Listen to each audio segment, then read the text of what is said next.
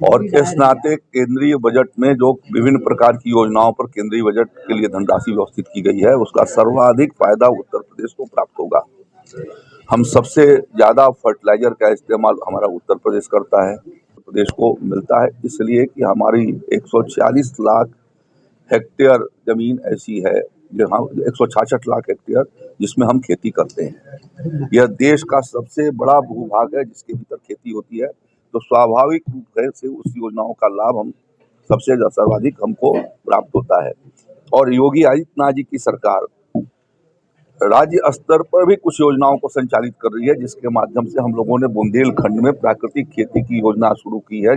सभी 47 विकास खंडों के भीतर सात जो बुंदेलखंड के जनपद हैं उनके 47 विकास खंडों के भीतर। इसी तरीके से अभी पिछले रबी के सीजन में 9.5 लाख मिनी किट राज्य के संसाधनों से निःशुल्क हम लोगों ने किसान भाइयों को तिलहन के, सरसों के और चना मसूर के उपलब्ध करवाए, जिससे राज्य के भीतर तिलहन और दलहन का उत्पादन बढ़ाया जा सके। वो राज्य योजना हमने कराया।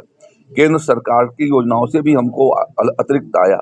तो हम यह प्रयास कर रहे हैं कि हम किस तरीके से उत्तर प्रदेश के किसानों को समृद्धशाली बनाए जाने की दृष्टि से जो प्रयास हो सकते हैं क्रॉप इंटरवेंशन के माध्यम से, वो काम हम कर रहे हैं। डाइवर्सिफिकेशन का काम कर रहे हैं और भारत सरकार ने भी जो इस साल के बजट में रखा हुआ है उसके भीतर क्रॉप डाइवर्सिफिकेशन, एग्रीटेक के लिए जो व्यवस्था उन्होंने बनाई है, आर्टिफिशियल इंटेलिजेंस के लिए जो बजट की व्यवस्था किया है, या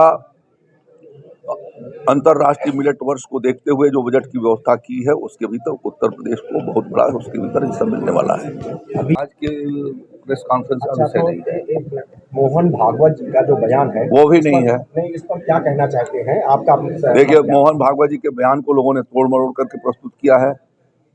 उनका पंडित का मतलब विद्वानों से रहा है कि विद्वानों ने इस तरीके की एक व्यवस्था बना दिया, तो शायद किसी जात व्यवस्था से जोड़ा जाना उपयुक्त नहीं, क्योंकि मोहन भागवत जी ने भी अपने बयानों में कई बार इस बात की चर्चा की है कि संघ जो है वो जन्मना जात व्यवस्था को नहीं मानता। भारतीय जनता पार्टी भी जन्मना जात व्यवस्था को नहीं मानती और इसलिए यह कुतर्क किया जाना है, इसके अलावा कुछ दूसरा नहीं।